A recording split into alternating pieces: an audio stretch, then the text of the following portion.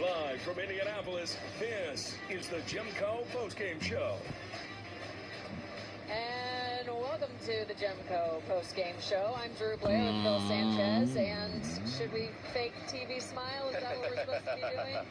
I'll tell you what, not a lot of smiles coming out of Lucas Oil Stadium tonight, Drew, because it was an awful game. Unfortunately, we witnessed another loss, another Monday Night Football loss here on Wish TV between the Colts and the Chargers tonight. And I don't think it could get much uglier than what happened out there on the football field tonight. A lot of disgusted fans. We've been down here since basically the beginning of the fourth quarter, and it's been streaming exits ever since. People did not stay to the end of this one. Right, and they had all of this happiness heading into tonight's game. It was the game after Christmas. Right. It was a sold-out crowd. They were going to have lights. They were giving out flags. It was supposed to be a happy night. Didn't turn out to be that way. And yet it went in knowing that there were items on the line, but truly for any kind of postseason for the Colts, that was not in the cards, and that was known coming into these doors. Right. It's still, there's this defeat of sadness, disgust. It almost feels as if it's the last game of the season. And it's not. We got two more of these. Right. And it's almost that here we go again feeling, you know, which I think a lot of fans are unfortunately used to here in Indianapolis.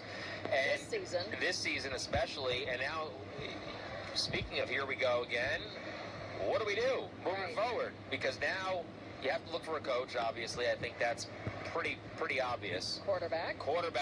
I feel like we're in the same exact position we were in last year. Right. Unfortunately, I don't know. I don't know what the answer is. And the team wasted a defense. Yes. You know, an incredible defense in this league, and without, I mean, that's half a team.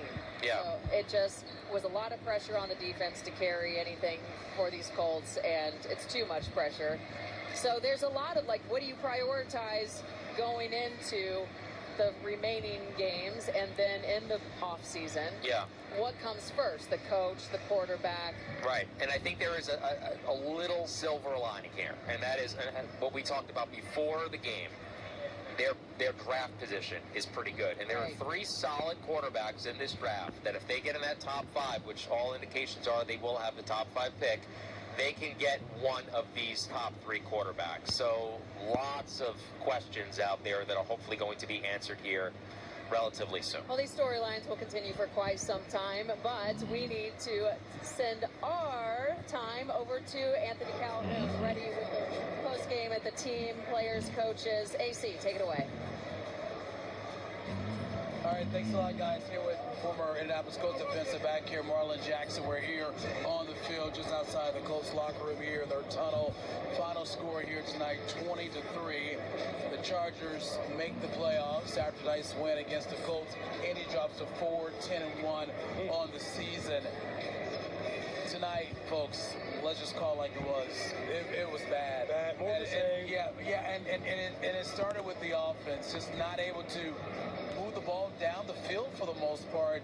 Just terrible quarterback play here tonight. Nick Foles, listen, we know it's new for him with these first-team units, if you will, as far as getting reps with these guys who starts.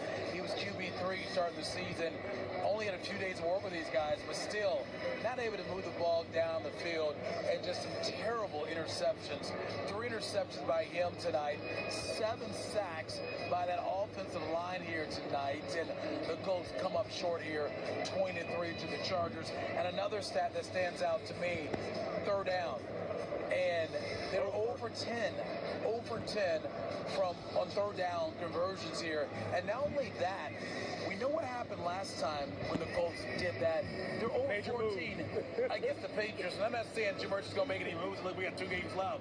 But that just tells you how I know it feels, according to Jim Mercer, when it comes to that. But maybe the move is a new quarterback coming in, giving someone else a chance, right? Because we know what we're going to get right now. Really, I really didn't expect too much different from Nick Foles.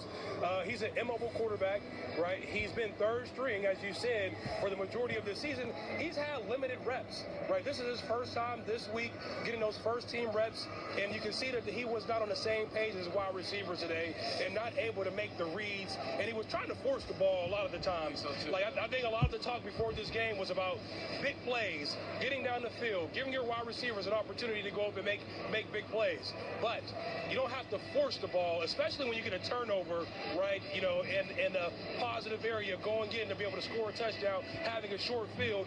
You don't need to force it, and we saw that a number of times tonight, forcing it, trying to make throws. Okay, we're waiting to hear from their interim head coach, Jeff